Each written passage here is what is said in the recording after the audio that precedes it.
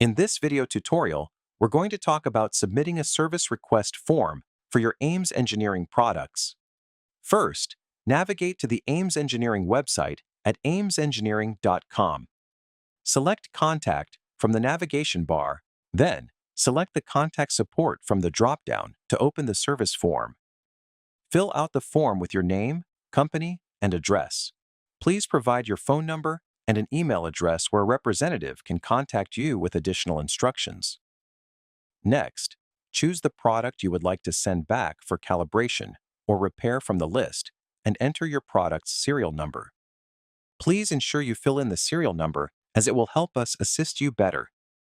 If you require an estimate, please select it from the drop-down list. Finally, give us a short description of the services needed for your product, then click Submit. That's it. A representative will contact you shortly with instructions on sending your product to us for service, so please do not send your equipment until you receive notice from an Ames Engineering representative.